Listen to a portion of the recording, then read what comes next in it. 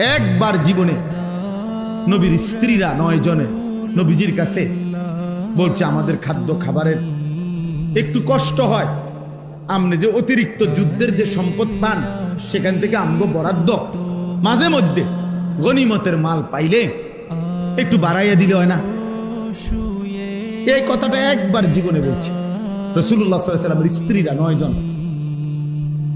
আল্লাহর নবী সাল্লাল্লাহু আলাইহি ওয়াসাল্লাম সেদিন এশার নামাজ পড়ে আর ঘরে যায় নাই।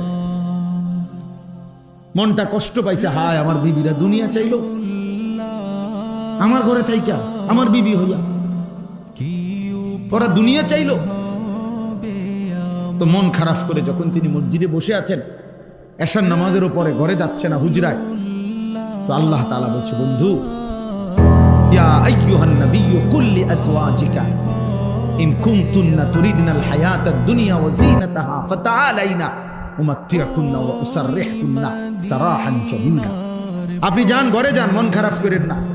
আপনার বিবিদেরকে গিয়ে বলেন, হে বিবিরা, যদি তোমরা দুনিয়া চাও, সম্পদ চাও, তো যা লাগবে, যা কিছু ফার্নিচার, আসবাব, গহনা, কসমেটিক্স যা লাগবে বলো, আমি সব তোমাদেরকে দিয়ে দেব, এক শর্তে, শুধু আমি রাসূলের স্ত্রী, এটা ছেড়ে দিতে হবে। বুঝেন নাই? মুহাম্মদের স্ত্রী থাকতে পারবা না, আমার থেকে তালাক নিয়ে নিতে হবে, এরপরে যা বলো সব দেব, সব দেব। ওয়া ইন কুনতুন্না তুরিদিনাল্লাহ ওয়া রাসূলা ওয়াদ দারাল আখিরা ফাইন্নাল্লাহা আ'আদ্দা লিল মুহসিনাতি মিনকুন্না আজরান আযীমা। আর যদি আল্লাহকে চাও, রাসূলকে চাও, আখিরাতকে চাও, তো এখন নিয়মিত নেক আমল করতে হবে, মুহসিনাত হইতে হবে, মানে নেককার নারী হইতে হবে। তাহলে আমি আল্লাহ ওয়াদা দিলাম, সর্বশ্রেষ্ঠ বিনিময় জান্নাত দিয়ে দেব। সিদ্ধান্ত নাও, দুনিয়া চাইলে রাসূল ছেড়ে দাও, আল্লাহ রাসূল আখিরাত চাইলে দুনিয়া ছেড়ে দাও।